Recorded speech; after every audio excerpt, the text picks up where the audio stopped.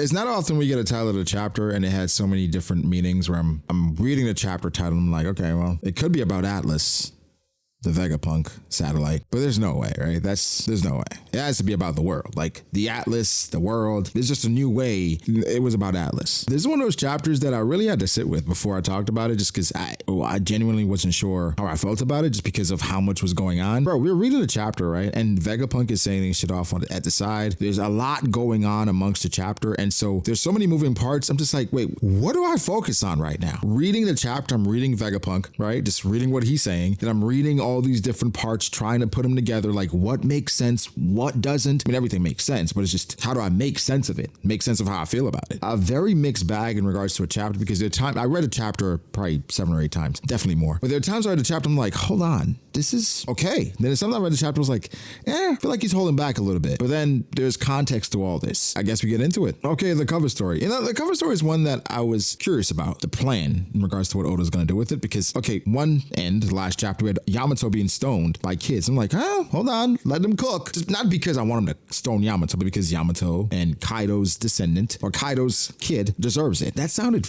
up. But what I mean is, the kids, maybe they don't know any better and they just know, hey, this is Kaido's kid, I'm gonna stone her. And so Denjiro picking him up and throwing him in timeout, I get it, but are we explaining to them why they're getting thrown in timeout and why they shouldn't do that? And are we also explaining to Yamato why they're doing that and why they're somewhat justified for feeling the way that they do? You shouldn't stone anyone.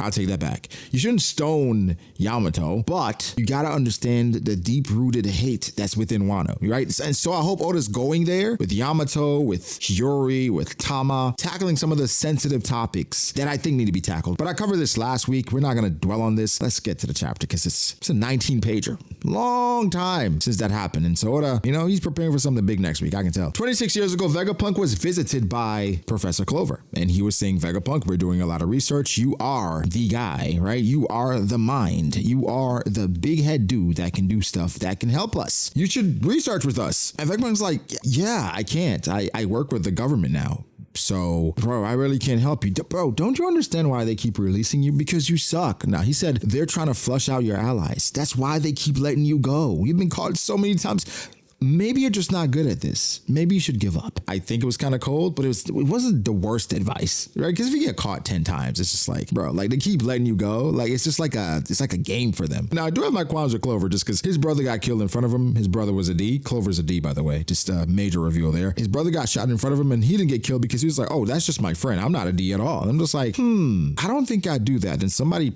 painted a very vivid picture saying, hey, if your brother gets killed in front of you and you're still pretty young, you might deny it, not only because, well, timing, but also revenge, right? You can come back and get revenge on these people, but in that moment, you just don't want to die as well. Then your life will be in vain, your brother's life will be in vain. So then I'm like, who knows? I wish I could tell you how the name was pronounced based on, looking at it this way, but somebody, shout out to, I don't even know how to pronounce their name in my comment section. They said that Clover's name, how that's spelled, is pronounced Cleaver. It's a native Irish name. So his name was Clover D. Cleaver? What? Seeing Clover being a D does make me think about how many other people were Ds in the world. Of course, the main one that I firstly think about is Odin. Like, what if Odin was a D? But I'm like, why would they hide Odin being a D? But then I'm like, what if somebody just says they want to be a D? Can it just inherit it? I don't know. But here's the thing. You're not just going to want to choose to be a D considering the things that were happening, the atrocities that were happening to the Ds seemingly at that time. So if you're a D, you're really a D. That's what I gather from this. I do agree with Clover's reasoning 1000%, saying, how am I to agree with the world where you can die just by having a specific middle name or middle initial? That's a bit asinine. That's okay. And for Vegapunk, it didn't bother him. And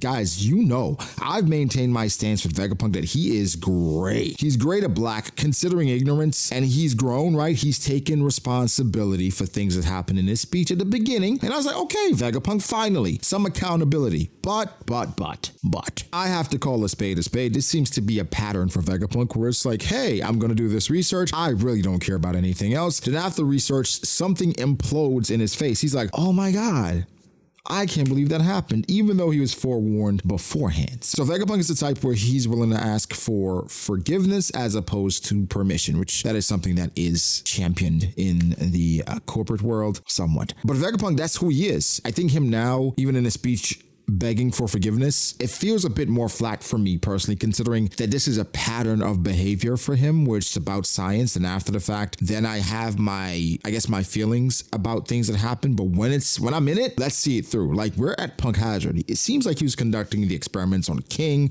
on Kaido, the gigantification, on the number. This is everything that this guy was doing, and he didn't care about it. He said to Clover, right? And they're supposed to be, I don't know, I guess they were friends. I don't even know. I'm going to forget about everything you just told me. Be good and stay safe. He's kind of a dick. Upon the reread, there's so many profound things that were said, especially by Clover. Vegapunk, he's going to be who he is, but Clover says, history will only continue to be suppressed and the people will never know. The voices of the past call out to you, just wait. I'll solve this puzzle, and when I do, you won't be able to ignore them. And he was right. We go from 26 years later to 22 years later, where now we're there with Caesar, and Caesar's like, this is why you don't research the Void Century. And Vegapunk, he's feeling a bit bad about it because Clover bet his life. He staked his life on the future through history, right? I guess Vegapunk didn't believe it until he lost his life, and like, wait, is this research that important that you were willing to bet? Yes, Vegapunk. It was always about that. And so he's now remorseful. He's crying, and now he's taking up Clover's research, but it's just, you could have accomplished so much more if you saw it in real time. You gotta acknowledge and give Vegapunk credit for being able to, I guess, when all things are said and done, acknowledge what he did was wrong and try to do the right thing. So that's why I don't paint him as a bad person, but these things are always after the fact, after he's accomplished what he wanted to accomplish. And so I'm looking at you funny. That's all I'll say. We go back to Vegapunk's speech, and when you hear that history is written by the victors, I mean, of course, I think about Doflamingo because that's something that Doflamingo was saying, and we were like, you know what, that's kind of true. But Vegapunk is offering the next step because we hear that time and time again said in different ways. But the second part that Vegapunk talks about isn't really right, where he says, yes, history is written by the victors, right? And the words of the vanquished are cast in a deep, dark ocean. That being said, their truth can still come to light if the oppressed carry it on their backs and endure. This is basically saying that through the sacrifice of others, the history, the pain that these people suffered that were supposed to be lost to time can be brought forth to the world. And Vegapunk is taking on that burden now. One doesn't want to say it's too late, but he's dead. He's doing it, or he's attempting to do it. Then you see Robin, and for Robin, these words are going to cut a bit deeper considering who she is. She's from Ohara. These are things that she understands more than anyone, and so it is going to evoke emotions from her, in a different way. So this part of the chapter specifically, I did not appreciate as much until I reread it a few times, but Clover was clicking, right? And Clover, you got to respect how he went out, because I don't want to see he went out like a D, but at the end of the day, he was willing to die in his convictions. And I think that's more D than anything, right? Being willing to die in your convictions. Roger was willing to die that way. Whitebeard was willing to die that way. Ace was willing to die that way. Odin was willing to die that way. Clover was willing. And so it's like, you start to question some of these things and these people and how they came up and how they died. It's like, could they be secret Ds, based on like how the D had been erased through time? And just saying the D like that, it sounds a little weird, but just rock with me, okay? Again, the good part about this chapter is that it's so condensed, where we just spent so much time on that first part. There's a second part going on, but the Straw Hats did trying to escape. And it's not something I thought about, but it's typically sometimes we deal with a villain or an antagonist, and it's just like, he's just gone for a while. Seemingly with the Gorosei, they just keep coming back, which I think is representative as well of just what they are, where they don't stop coming. They're undead, seemingly. And so it's about specifics, saying Nosjiro, he keeps coming back, and if we're off even a little bit, we're not going to make it if we jump off of here. So we have to get rid of him. And how do you get rid of something or someone that keeps coming back, that doesn't die, that regens? So now that's our dilemma. And Lilith, she's trying to figure it out. And while she's trying to figure it out, she gets clobbered. She almost killed her. Atlas comes out of nowhere and clobbers Lilith whilst at the time, I'm like, okay, what is she doing? But while she's doing that, she's saying, take care of her, right? I leave her in your hands. And then she goes to sacrifice herself. Why did she do it? Well, she was trying to get Lilith off the radar of York, because York was tracking them. And so she knows she's going to sacrifice herself. So it gives the impression that Lilith is off the board and now Atlas is off the board. And so it cleans the slate. I get it, Atlas. Not sure if you had to do that, but I understand the sentiment. But lo and behold, they use Kudaber. Atlas jumps out, goes after Nosjiro. And the whole point is to give the Straw Hats time. She eventually,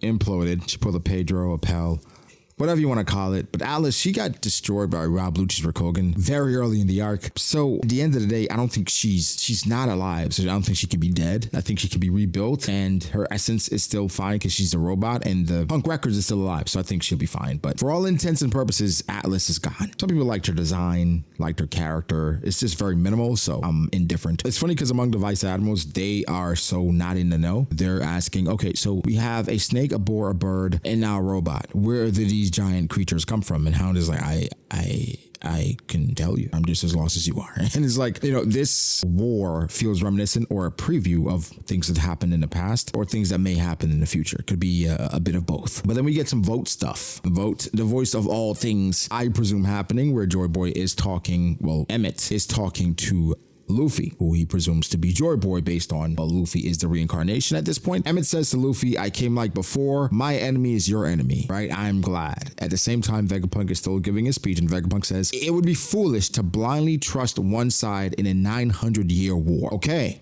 he's not wrong. And I think that's providing some nuance and telling us, let's not make quick judgment. More than likely, Joy Boy, all these people are on the right side, but let's not do things post haste. Let's wait a little bit. And that's how I feel. I feel like it's not going to be completely one-sided. We're going to get things and instances from other people, other factions where we're like, maybe I get it. So for Vegapunk, I like the fact that he's trying to remain neutral and he's trying to tell the people to give it a chance on both sides, but kind of nudge them saying, hey, more than likely though, but reserve judgment, which is hard to do. Emmett flat out says, I can fight for you again. So this is something that's confirmed. The ancient robot, Emmett at least, fought for Joy Boy. And so now again, I'm presuming the consciousness, right? What are these things? Is this a giant robot race? The fact that it has a name, it has a consciousness, it has memory.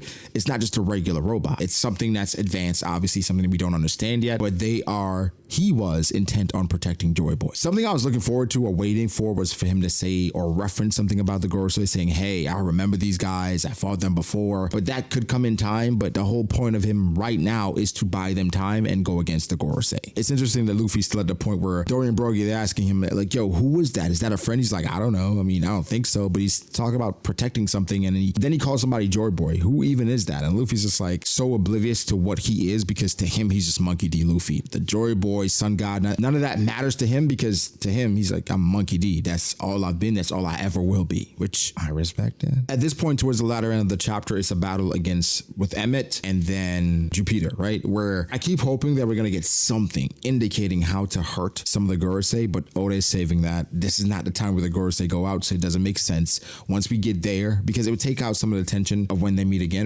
Everybody can just use that thing that they found out. So Oda is saving it. Maybe they all have different ways to be damaged. It's not just one size fits all. But for those specific matchups, he's saving the weakness of the Gorosei for when they actually fight. Because, bro, I don't want to say nobody. I did not think the Gorosei were going out here because it didn't make sense. It didn't make sense at all. It's a mixed bag at the end of the chapter too, because York is happy because she thinks Atlas is dead and Lilith is also dead. Atlas really is, Lilith isn't. Zoro, he's still regenerating because of Atlas's self-destruction. Her Pedro. Saturn is still mad. He's finally doing something. Blood hadn't moved for like 20 chapters. I'm kidding, but Saturn, he's moving. In the midst of all this, all the Gorosei seemingly around Emmett, and he's saying, Joy Boy, you spoke of this moment. Can I use it? Which seems to be self-destruction. Is going to be unfazed, but then, you think about some of the Vice Admirals, etc. It's a tricky situation. It's funny as well, at the end of the chapter, you had some people saying, did he just say Gold D? Because Vegapunk goes on and says that basically Goldie Roger, 25 years ago, he achieved the unprecedented by circumnavigating the globe. And so it made me remember, back then, Gold Roger was what was on the poster. They were trying to not let people know about the D as much, right? And when Gold Roger was having the conversation with Whitebeard, it's like, my name isn't Gold Roger, it's Gold D. Roger, right? And so these are certain things that the world has suppressed, the world government has suppressed specifically. Vegapunk is funny because he's, continuing his will. He's trying to let the world know about the D clan and how important and how imperative they are for the future and the world. We don't know how they're going to respond, because next chapter we have some decisions to make. Who's staying with the world government? Who's staying with the Marines? How are we going to fight against them, right? We have to make a decision. And for the people, if they don't believe it was real before, hopefully this revitalizes them in a way because it is giving you context to what happened in the past.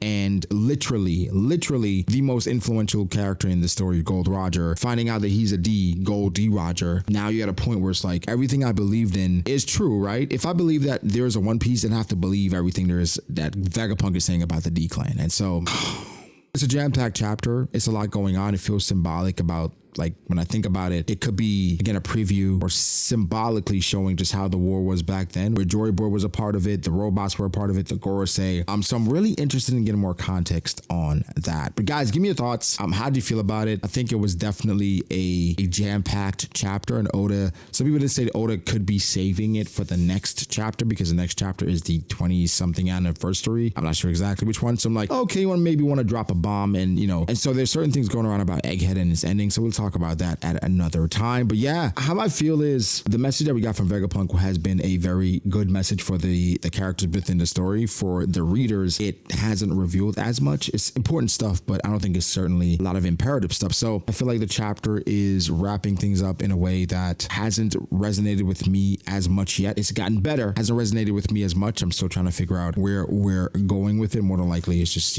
we're just wrapping up. These are sometimes the dog days of the arc where people are ready to move on. Let's just get to Elbaf. And you gotta be patient, because if we, after Kaido fell, we were just like, let's get to Elbaf when they were celebrating at a banquet, and we wouldn't gotten amazing moments with Shanks and Greenbull towards the end. So like and subscribe, boys, and I'll catch you in the next one. Peace out.